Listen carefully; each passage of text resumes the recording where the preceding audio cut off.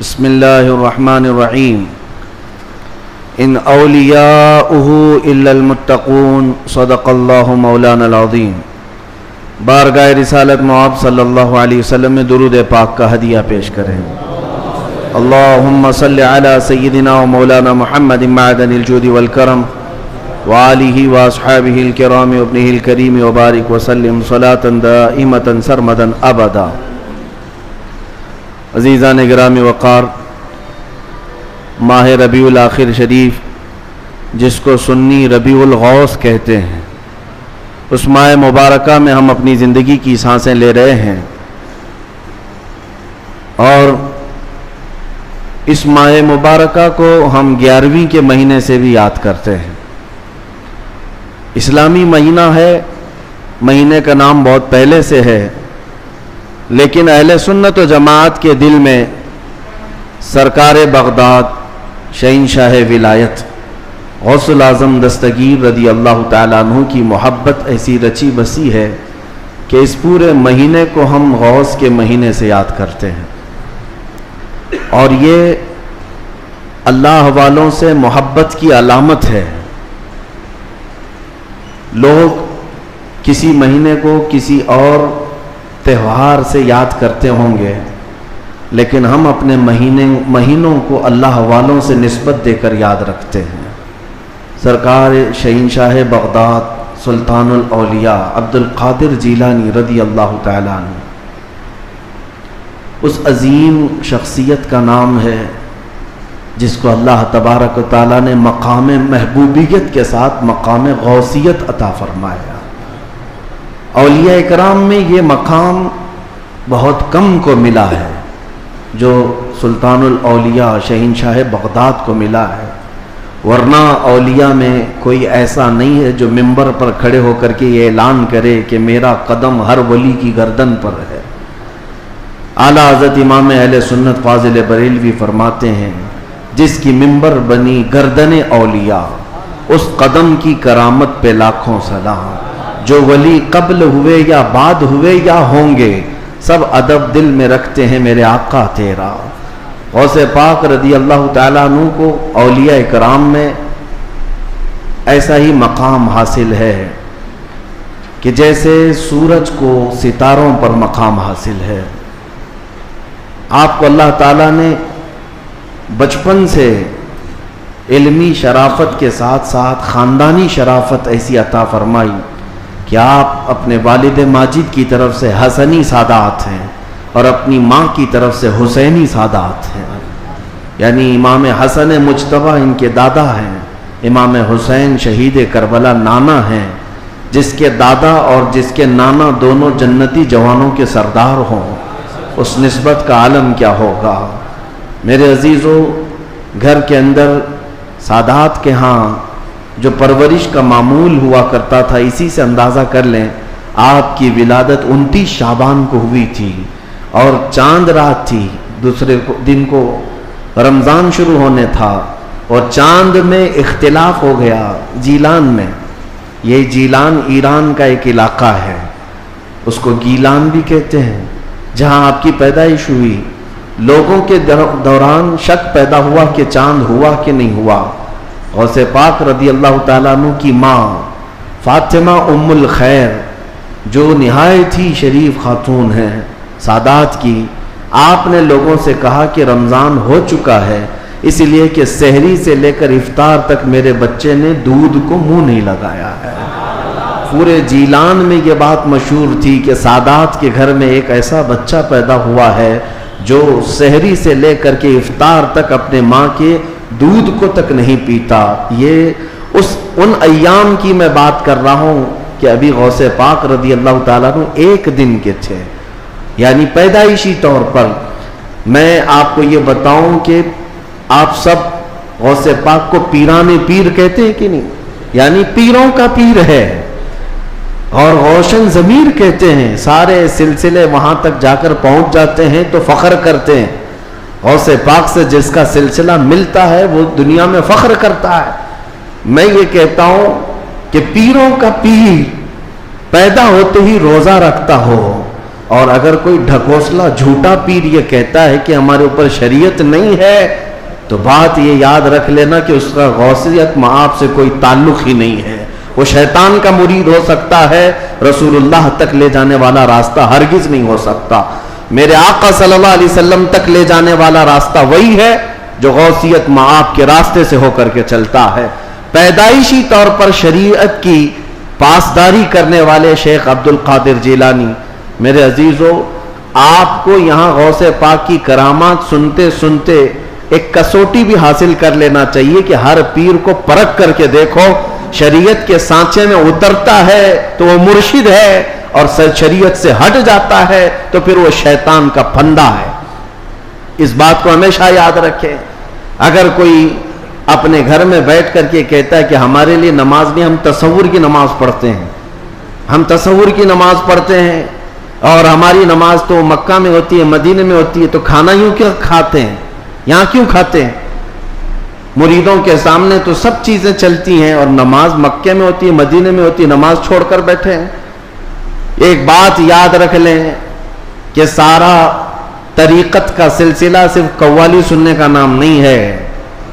ہاں، اشعار حضور پاک کی محبت میں اور اللہ کی محبت میں سننا یقیناً باعث ثواب ہے، ہم خود بھی سنتے ہیں. لیکن وہ پیر ہی کیسا جسے قرآن پڑھ سننے کے بعد کوئی وجد نہیں آتا، قرآن سننے کے بعد کوئی وجد نہیں آتا، حدیث رسول سننے کے بعد کوئی وجد نہیں آتا. وجد کہاں سے آئے گا سمجھ میں نہیں آتا. اور پھر ڈھول باجے پر تو پھر ہاتھ بھی ہلتے ہیں، پیر بھی ہلتے ہیں. اور پھر اگر کوئی یہ سمجھے کہ یہی مرشد ہے، پیر کامل ہے، تو دھوکے میں ہے. ایسا بندہ دھوکے میں ہے. وہ غوث پاک رضی اللہ تعالیٰ عنہ جن کی کرامات بیان کرنے کے ساتھ ساتھ ہم یہ بھی بیان کرتے ہیں کہ 40 سال آپ کے ایسے گزرے ہیں کہ صرف ایک انگور کے دانے سے آپ نے سحری کی ہے اور ایک آدھا گلاس پانی پر آپ نے افطاری کیا ہے. اتنے سال تک روزہ رکھے ہیں. ان میں کئی سال ایسے آئے ہیں کہ پوری رات بھر شیخ عبد القادر جیلانی کھڑے ہو کر کے نماز پڑھتے رہے.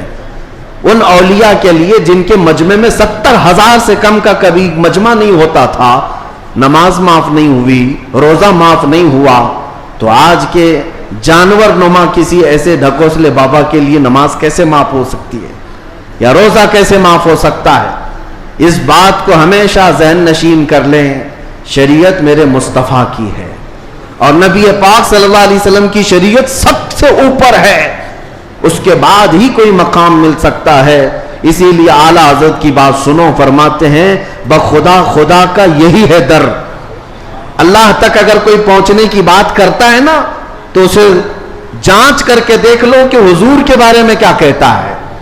بخدا جس کا مطلب ہے قسم خدا کی، خدا کا یہی ہے در، یعنی رسول پاک کا جو دروازہ ہے یہی خدا کا دروازہ ہے. بخدا خدا کا یہی ہے در، نہیں اور کوئی مفر مقر. حضور کو چھوڑو گے تو نہ بھاگنے کی جگہ ہے نہ ٹھہرنے کی جگہ ہے، کہیں نہیں اور کوئی مفر مقر. اور پھر اعلیٰ حضرت فرماتے ہیں اگر کوئی خدا تک پہنچا بھی ہے تو سمجھ لو جو وہاں سے ہو یہی آ کے ہو، جو یہاں نہیں تو وہاں نہیں. اگر وہ رسول پاک صلی اللہ علیہ وسلم کی شریعت کبریٰ تک نہیں پہنچا تو پھر سمجھ لو کہ خدا تک پہنچ ہی نہیں سکتا. میرے عزیزو، غوث پاک رضی اللہ تعالیٰ عنہ کی پوری زندگی اگر میں آپ کو بتاؤں وہ عشق رسول کے سانچے میں ڈھلی ہوئی تھی. نبی پاک کی شریعت پر ایسا سختی سے عمل کرتے تھے کہ منبر پر کھڑے ہو کر کے آپ نے اعلان کیا میرا مرید اگر نماز نہیں پڑھتا تو اسے ہمارے قبرستان میں بھی دفن نہ کیا جائے. غوث پاک رضی اللہ تعالیٰ عنہ شریعت کے معاملے میں اس قدر سخت تھے. پھر میں پوچھنا چاہتا ہوں ان سے بڑا دنیا میں اور کون پیر آیا ہے؟ اگر کوئی اپنے مریدوں کو نماز معاف کرا دیتا ہو، روزے معاف کرا دیتا ہو، تو یاد رکھ لینا وہ شیطان کا پھندا ہے جو تمہیں نبی کریم صلی اللہ علیہ وسلم کی شریعت سے دور لے کر جاتا ہے. سب سے پہلی چیز ہے میرے مصطفیٰ کی شریعت. حضور پاک کے طریقے پر اگر کوئی چلا ہے تو اسے ولایت بھی ملتی ہے. اللہ کا ولی حضور کی شریعت پر گامزن ہو کر کے ہی چلتا ہے. کچھ مجذوب اولیاء ایسے ہیں جن کی عقل فنا ہو جاتی ہے تب ان کے اوپر سے شریعت کا قلم اٹھا لیا جاتا ہے، وہ مستثنا ہیں، وہ الگ ہیں. لیکن جتنے اولیاء آئے سب کا رسول پاک صلی اللہ علیہ وسلم کے دربار میں ایسا وسیلہ ہے، ان کی ایسی پہنچ ہے کہ اس کے بعد ہی انہیں ولایت کی منزل ملتی ہے. میں ایک بات بتاتا ہوں آپ کو، غوث پاک رضی اللہ تعالیٰ عنہ کے مقام کے متعلق محبوب الہی کا نام سنا ہوگا. دلی کے شہنشاہ، دو اولیاء کو محبوب کا نام دیا گیا ہے. محبوب، ایک غوث پاک کو محبوب سبحانی اور حضرت نظام الدین اولیاء کو محبوب الہی. محبوب اسے کہتے جس سے اللہ محبت کرتا ہو. سارے اللہ سے محبت کرتے ہیں اور کچھ وہ ہیں جن سے اللہ محبت کرتا ہے، وہ محبوب ہیں. محبوب الہی کا درجہ بڑا ہے. ان کے بڑے گہرے مرید ایسے فنا فی شیخ امیر خسرو. امیر خسرو کا جب بھی نام آتا ہے تو ایک پیر اور مرید کے درمیان کا گہرا تعلق بتایا جا سکتا ہے. لوگوں کو پڑھنا چاہیے کس کو مرشد سمجھا جائے طریقت کے راستے میں اور کون پیر ہوتا ہے. امیر خسرو کو پڑھیں تو سمجھ میں آ جائے گی بات. امیر خسرو ایک بار پانی پت گئے ہوئے تھے. پانی پت میں اس وقت بو علی شاہ قلندر رحمت اللہ تعالی علیہ موجود تھے. یہ محبوب الہی کے ہم زمانہ ہیں، اسی زمانے کے. ان کی کرامات کا حال بھی بہت بڑا تھا. امیر خسرو ان کی محفل میں بیٹھے. جمعرات کو ایک بار ان کے ہاں محفل ہوتی تھی بو علی شاہ قلندر کے ہاں. اور محفل میں ہوتا کیا تھا، جب ذکر کی محفل ہوتی اس کے بعد جتنے حاضرین ہوتے بو علی شاہ قلندر سب سے کہتے اپنی اپنی آنکھیں بند کر لو. لوگ اپنی اپنی آنکھیں بند کرتے، وہ سیدھے رسول اللہ کا دیدار کراتے تھے. نبی پاک صلی اللہ علیہ وسلم سامنے بیٹھے ہوئے ہوتے اور بو علی شاہ قلندر ان کے سامنے ہوا کرتے حضور کے. یہ ہر جمعرات کو بو علی شاہ قلندر کی محفل میں ہوتا تھا. امیر خسرو مرید تھے محبوب الہی کے اور گئے تھے بو علی شاہ قلندر کی محفل میں. اور جب دیدار کرائے تو امیر خسرو بھی خوش ہوئے کہ رسول پاک صلی اللہ علیہ وسلم کا دیدار ہوا مجلس میں. لیکن بات اتنی ہوئی، آنکھیں کھولنے کے بعد بو علی شاہ قلندر امیر خسرو کو یوں کہتے ہیں، خسرو میں تو رسول اللہ کی مجلس میں تجھے لے گیا، تیرا پیر تو وہاں کہیں نظر نہیں آیا، تیرا پیر وہاں پر نظر تو نہیں آیا. امیر خسرو کو یہ بات لگ گئی. میں میرا مرشد میرے پیر کا مقام بلند سمجھتا ہوں، لیکن حقیقی بات ہے کہ حضور کے دربار میں جب میں تصور میں حاضری دیا، محبوب یہ بو علی شاہ قلندر بھی تھے اور بھی اولیاء تھے، لیکن میرے پیر تو نظر نہیں آئے. وہ غمگین حالت میں اپنے پیر کے پاس آئے، اپنے مرشد کے پاس. محبوب الہی سے کہتے ہیں آج میں محفل میں گیا اور انہوں نے فارسی ایک کلام لکھایا ہے، شب جائے کہ من بودم، بہت مشہور کلام ہے امیر خسرو کا. اس واقعے کے بعد انہوں نے لکھا تھا. پہلے پورا واقعہ کیا ہوا وہ میں بتاتا ہوں.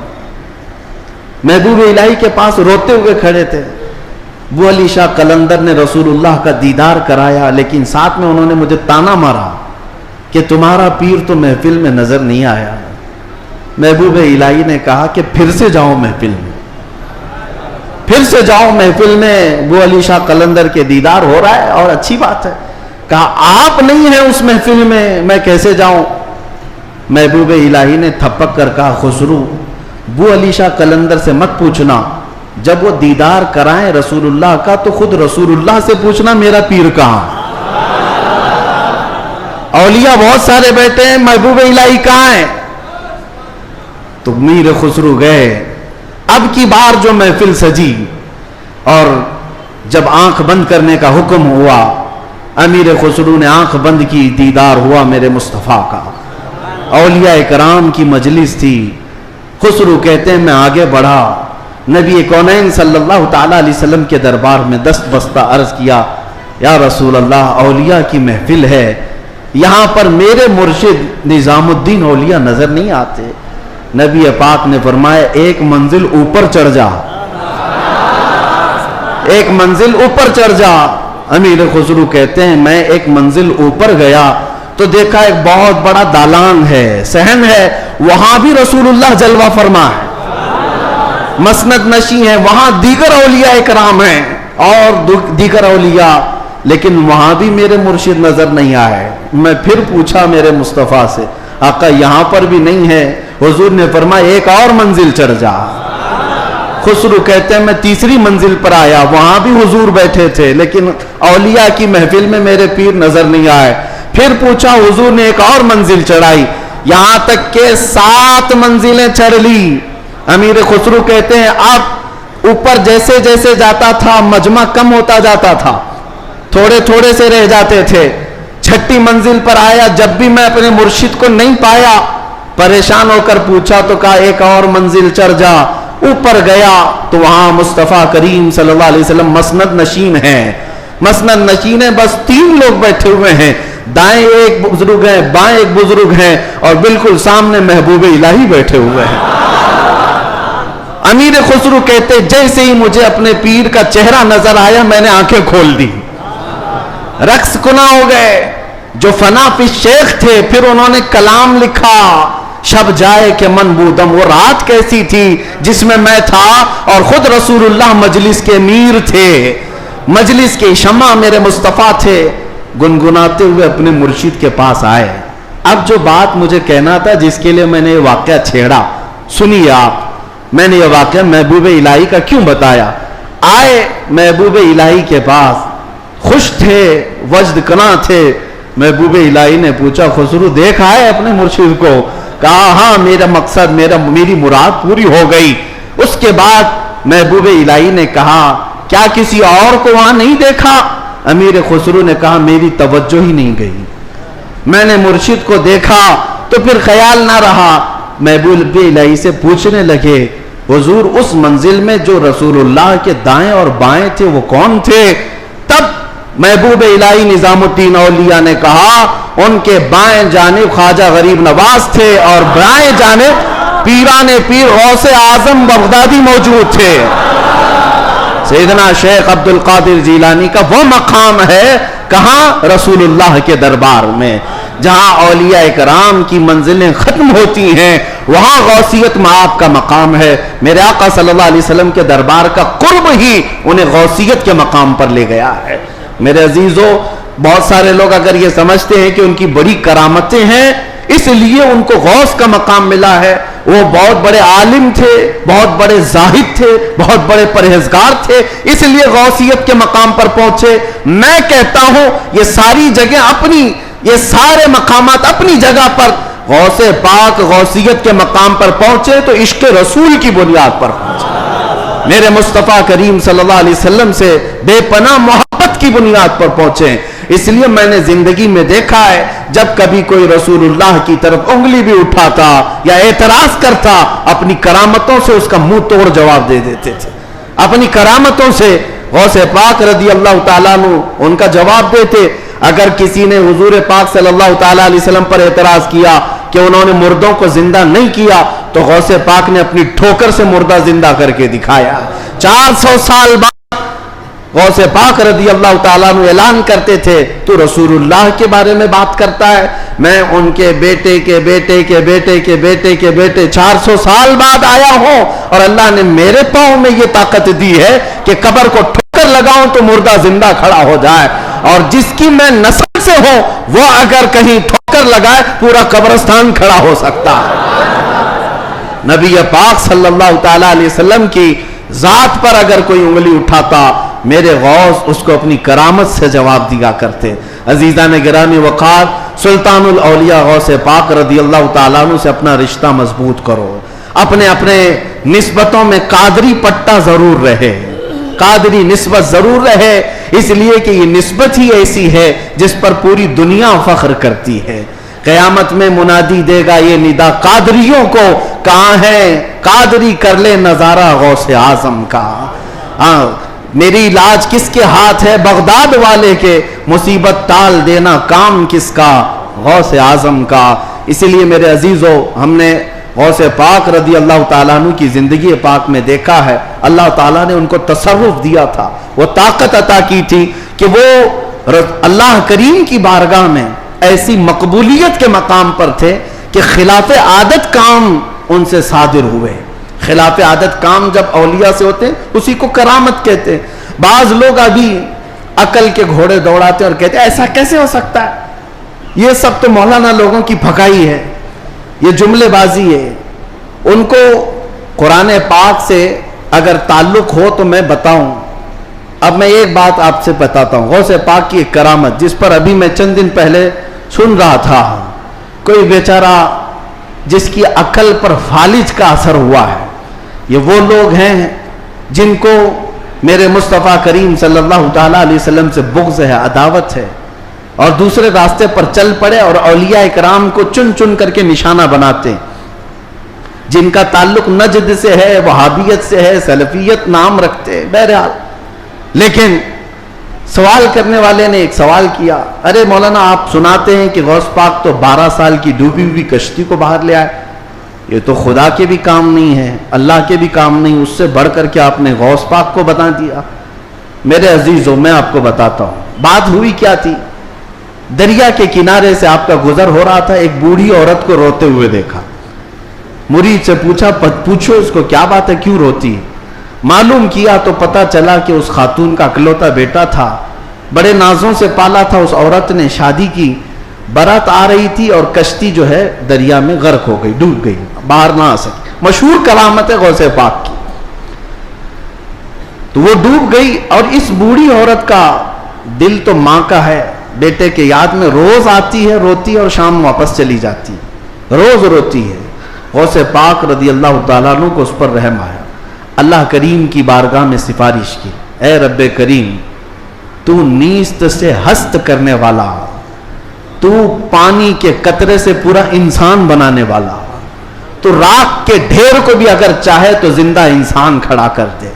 مولا قادر مطلق ہے, اس خاتون پر رحم فرما اور اس کا بیٹا واپس لوٹا دے. غوث پاک کی دعا چل رہی تھی. تھوڑی دیر دیکھنے کے بعد دریا میں ایک بھونچال سا, طوفان سا آیا. پانی کے اندر ایک عجیب سی سرسراہٹ ہوئی. تھوڑی دیر کے بعد دیکھا تو ایک کشتی برآمد ہوئی. غوث پاک نے صرف اس خاتون کے بیٹے کی زندگی مانگی تھی, مگر صدقے میں اللہ نے پوری برات کی زندگی لوٹا دی. پوری برات واپس آ گئی اور وہ خوشی خوشی غوث پاک رضی اللہ تعالیٰ عنہ کا شکر کرتے ہوئے گھر گئے. 12 سال کے بعد مچھلیاں کھا گئی ہوں گی, کشتی کے پرزے ختم ہو گئے ہوں گے, لیکن رب ذوالجلال قادر مطلق ہم ان لوگوں کو یہی تو کہتے ہیں جو جلا کر کے سمجھتے ہیں کہ اب کوئی نہیں اٹھا سکتا ان کو, راکھ پانی میں بہا کر کے سمجھتے ہیں کہ اب ان کا حساب کتاب نہیں ہو سکتا. ارے عقل کے اندھو, جس رب ذوالجلال نے ایک نطفے سے تمہارا پورا انسانی شکل بنایا ہے, تم 1000 بار جلا کر راکھ کر دو, رب ذوالجلال قادر مطلق ہے, وہ دوبارہ زندہ فرمائے گا حساب لینے کے لیے. تو کشتی دوبارہ واپس آئی. غوث پاک رضی اللہ تعالیٰ عنہ کی اس کرامت پر ایک دو نہیں ہزاروں لوگ اسلام میں داخل ہوئے تھے, ہزاروں لوگ اسلام میں داخل ہوئے. اب جو صاحب ہیں انہوں نے کہا کہ ایسا کیسے ہو سکتا ہے, ایسا کیسے ہو سکتا ہے. ہر جگہ اگر تم عقل کے گھوڑے دوڑاؤ گے تو یہی سوال کرو گے ایسا کیسے ہو سکتا ہے. اگر تمہاری عقل میں بات نہیں آتی تو سمجھ لو اسی کو کرامت کہتے ہیں, اسی کو کرامت کہتے ہیں. تم اور ہم بھی کر سکتے تھے تو پھر غوث کی کرامت کا مطلب ہی کیا ہے. تم بھی غوث ہوتے, ہم بھی غوث ہوتے. کرامت ہے جو عقل میں نہیں آئے گی.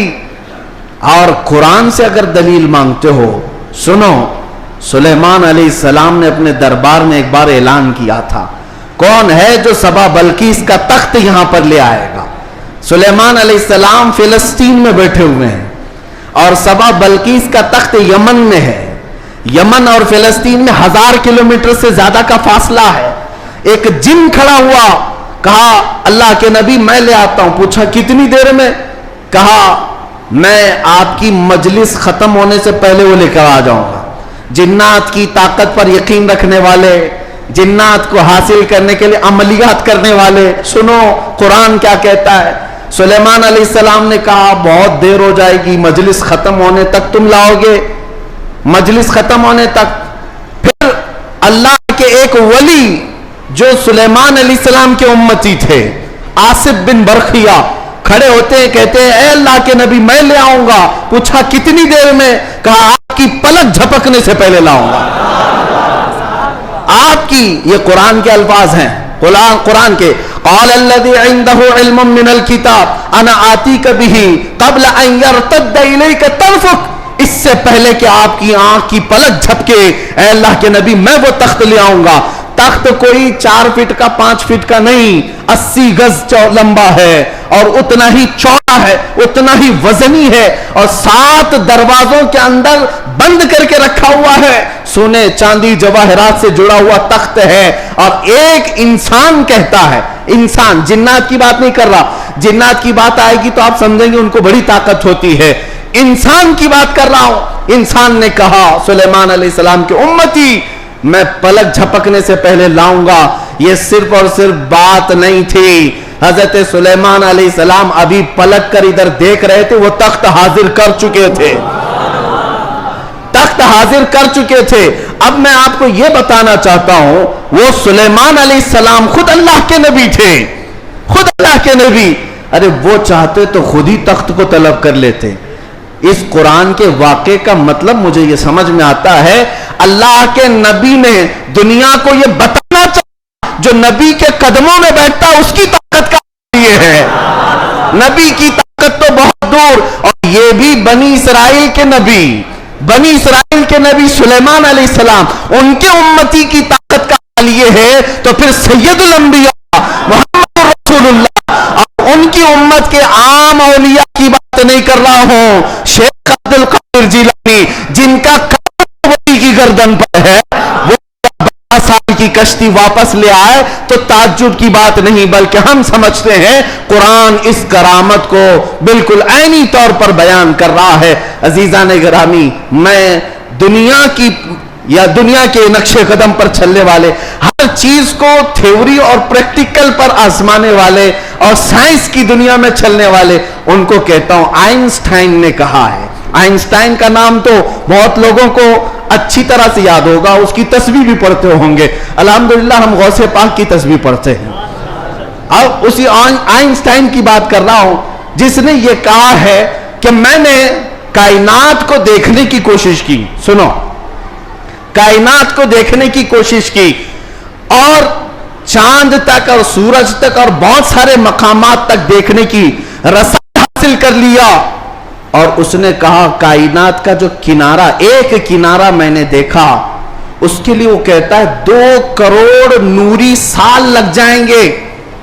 2 کروڑ نوری سال. نوری سال کس کو کہتے ہیں پتہ ہے؟ یہ جو سال ہمارے چل رہے ہیں، یہ سال صبح ہوتی ہے 6 بجے صبح ہوئی، شام میں 6 بجے سورج ڈوبا، آرام سے دن چل رہے ہیں. نوری سال اس کو نہیں کہتے. نوری سال 1 منٹ میں 1,80,000 کلومیٹر کا سفر کرتا ہے. 1 منٹ میں 1,80,000 کلومیٹر کا سفر طے ہو جاتا ہے نوری سال میں. اس طرح 1 منٹ کی بات کر رہا ہوں، 1 منٹ کی، اس طرح کے 2 کروڑ سال لگ جائیں گے کائنات کو دیکھنے کے لیے. یہ کون کہہ رہا ہے؟ آئنسٹائن کہہ رہا ہے، جس کے پیچھے تم لوگ آگے پیچھے جس کو قبلہ بناتے ہو. سنو، 2 کروڑ نوری سال لگ جائیں گے کائنات کے کنارے دیکھنے کے لیے، کائنات کی ساری چیزیں دیکھنے کے لیے. اور آؤ شہنشاہ بغداد کے دربار میں، کہتے ہیں نظرت الی بلاد اللہ جمعاً کخردلۃ علی حکم اتصالی. میں اللہ کی پوری کائنات کو ایسے دیکھتا ہوں جیسے اپنے ہتھیلی میں رائی کے دانے کو دیکھتا. تمہارے سارے آلے، تمہارے سارے کمپیوٹر 2 کروڑ سال میں بھی وہاں نہیں پہنچ سکتے جہاں شہنشاہ بغداد کی ایک نگاہ پہنچتی ہے. ہاں، میرے غوث نے فرمایا نظرت الی بلاد اللہ جمعاً کخردلۃ علی حکم اتصالی. میں اللہ کے پورے شہروں کو، کائنات کو ایسے دیکھ رہا ہوں جیسے اپنے ہتھیلی میں رائی کے دانے کو دیکھ رہا ہوں. عزیزان گرامی وقار، الحمدللہ ہمارے پاس فخر کرنے کے لیے بہت کچھ ہے، بہت کچھ ہے. غوثیت معاذ کی نسبت نہیں، اعلیٰ حضرت کو مجدد بنایا ہے، اعلیٰ حضرت کو مجدد بنایا ہے. اور امام اہل سنت فاضل بریلوی اسی نسبت پر فخر کرتے ہیں. دیکھا جائے تو امام اہل سنت اعلیٰ حضرت نے تقریباً 1000 سے زیادہ کتابیں لکھ ڈالی ہیں. 55 علوم پر اللہ نے مہارت تام عطا کی ہے اور بہت سارے شاگردوں کی کھیت تیار کی ہے. امت پر ایک بہت بڑا امتیوں پر احسان ہے. لیکن ساری چیزیں اپنی جگہ پر. قرآن کا ترجمہ کیا ہے, فتاوی رضویہ شریف ہے, بارگاہ مصطفیٰ میں ہدایت بخشش ہے, بہت سارے کام ہیں. لیکن جب رسول اللہ کے دربار میں حاضر ہوتے ہیں, اعلیٰ حضرت یہ نہیں کہتے یا رسول اللہ میں فتاوی رضویہ لے کے آیا ہوں, میں کنز الایمان لے کر کے آیا ہوں, میں ہدایت بخشش لے کے آیا ہوں, بلکہ اعلیٰ حضرت یہ کہتے ہیں تیری سرکار میں لاتا ہے رضا اس کو شفیع جو میرا غوث ہے اور لاڈلا بیٹا تیرا. نسبت کے لیے بھی بارگاہ مصطفیٰ میں اعلیٰ حضرت نے اگر کسی بات پر فخر کیا ہے تو غوثیت کی نسبت پر فخر کیا ہے. یا رسول اللہ تیری سرکار میں لاتا ہے رضا اس کو شفیع جو میرا غوث ہے اور لاڈلا بیٹا تیرا.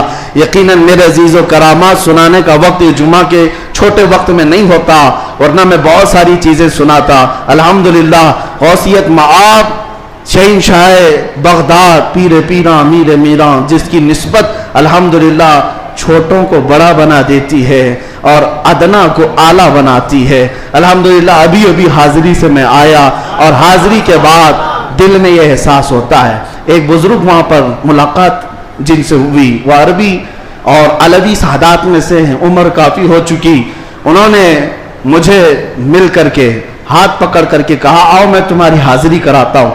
غوث پاک رضی اللہ تعالیٰ عنہ کے دربار میں وہ تقریباً 55 سال سے, اور بڑی ان کی یعنی بڑے معاملات ہیں. بہرحال میں مختصر ہی عرض کرتا ہوں کس لیے میں بات کہہ رہا ہوں. انہوں نے کہا غوث پاک رضی اللہ تعالیٰ عنہ ہر حاضر ہونے والے کو کچھ نہ کچھ دے کر بھیجتے ہیں, اور اللہ کریم تمہارے مستقبل میں بہت کچھ تجھے عطا کرے.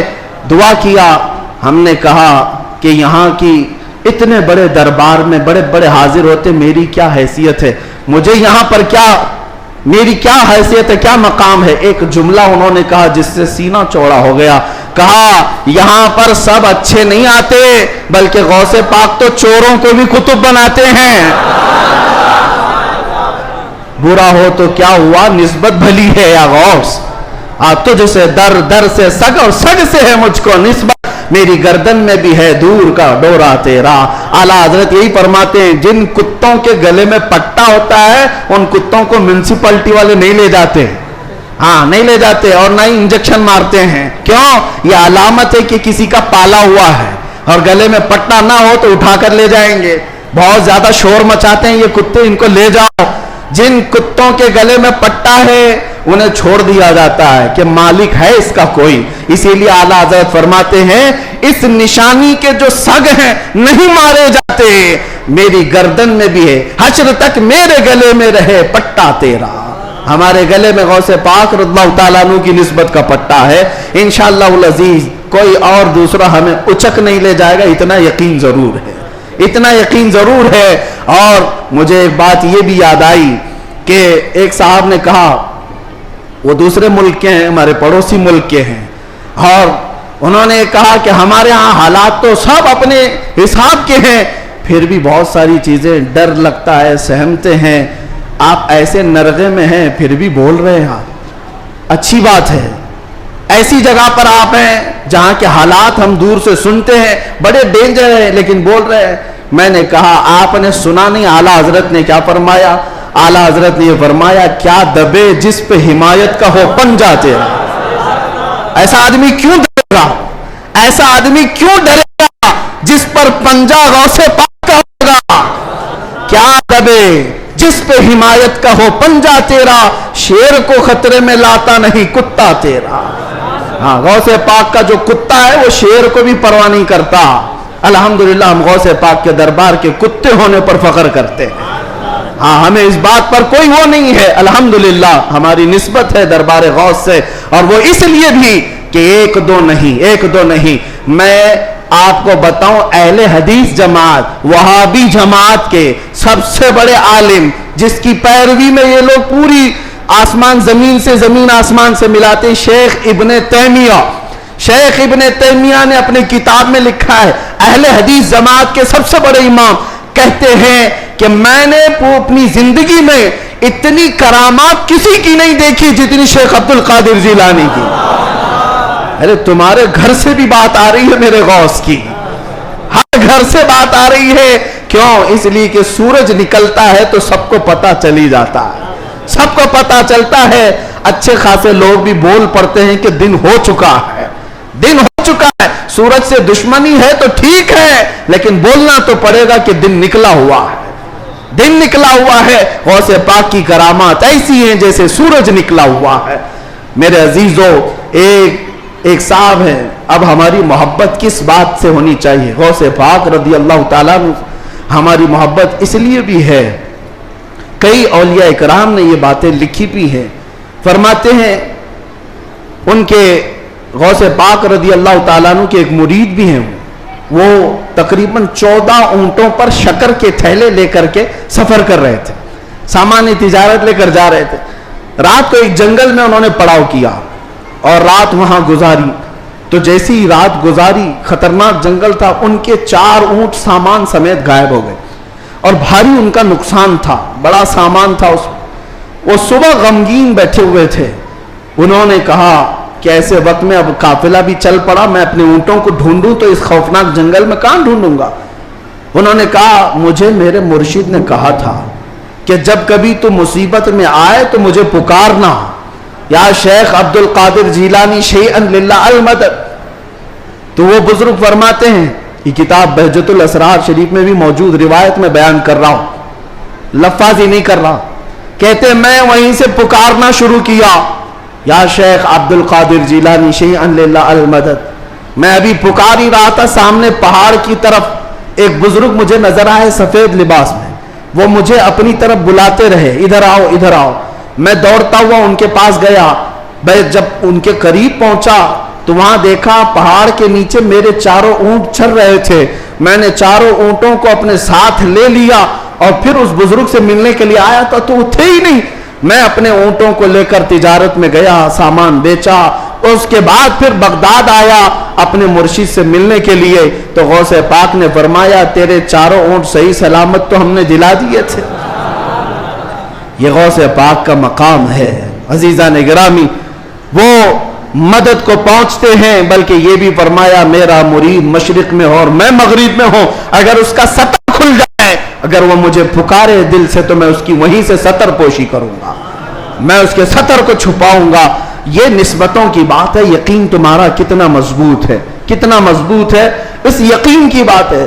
وہاں غوث پاک کے خلیفہ ہیں، ان کے مزار کے پیچھے ہی، ان کا مزار ہمیشہ پانی میں رہتا ہے، ابو خمرہ ان کو کہتے ہیں، شیخ محمد المتقی الہندی، ہندوستان سے جو غوث پاک کے جاتے تھے ملاقات کرنے کے لیے، ان کی تربیت کے لیے وہ رہتے تھے۔ ان کی ایک روایت ہے، ہند سے کچھ لوگ گئے تھے غوث پاک سے ملنے، مل کر کے وہ واپس آ رہے تھے کشتی میں آ رہے تھے، تو سمندر میں بیچ سمندر میں پہنچی تو کشتی پھٹ گئی، پانی اندر آنے لگا، ڈوبنے کے قریب آ گئی، یہ چیخنے لگے، پکارنے لگے، اور اسی وقت وہ سارے مرید کہتے ہند سے جو گئے ہوئے تھے، کہتے ہیں اچانک ہماری کشتی میں ایک کالے رنگ کی چادر اوڑے ہوئے بزرگ آئے، ان کے ہاتھ میں ایک بڑی سی سوئی تھی، دھاگا تھا، وہ جلدی جلدی ہماری کشتی کو جہاں جہاں سے پھٹی تھی سیلنے لگے اور سل کر کے پانی پورا باہر کیا۔ ہم تو ڈرے ہوئے تھے، ڈوبنے کے انتظار میں بیٹھے ہوئے تھے، کشتی پھر اپنے مقام پر صحیح سلامت چلنے لگی، ہم اللہ کا شکر ادا کرتے ہیں۔ اچانک وہ بزرگ جو آئے تھے، ہم نے پوچھا کہ آپ ہمارے ساتھ سفر میں ہیں یا کون ہیں؟ انہوں نے چادر ہٹائی تو سیدنا شیخ عبد القادر جیلانی تھے۔ فرمایا تم میرے مرید ہو، مجھے پکارا، اللہ تعالیٰ نے مجھے بھیجا، میں تمہاری مدد کے لیے آیا۔ عزیزان گرامی، ایک دو نہیں، بہت ساری کرامات کتابوں میں روایتاً لکھی ہوئی ہیں، اور ایک دو نہیں، کئی تواتر کے ساتھ یہ روایتیں موجود ہیں۔ اس لیے بارگاہ غوثیت مآب میں ہم اتنا ہی کہتے ہیں جو اعلیٰ حضرت نے کہا تھا، اے غوث سر بھلا کیا کوئی جانے کہ ہے کیسا تیرا، اولیاء ملتے ہیں آنکھیں وہ ہے تلوہ تیرا، سارے اقطاب جہاں کرتے ہیں کعبے کا طواف، کعبہ کرتا ہے طواف در والا تیرا، کیا مرتبہ اے غوث ہے بالا تیرا، اونچے اونچوں کے سروں سے قدم آلہ تیرا۔ اللہ کریم اسی نسبت پر زندہ رکھے اور اسی نسبت پر ہمارا خاتمہ عطا فرمائے۔ اسی لیے میں وہی دعا کرتا ہوں جو جمیل قادری رضوی نے کیا تھا، اعلیٰ حضرت کے مرید، سچے مرید۔ انہوں نے کہا تھا عزیزو کر چکو تیار جب میرے جنازے کو، عزیزو کر چکو تیار جب میرے جنازے کو، کفن پر لکھ دینا نام والا غوث اعظم کا۔ وآخر دعوانا الحمدللہ رب العالمین۔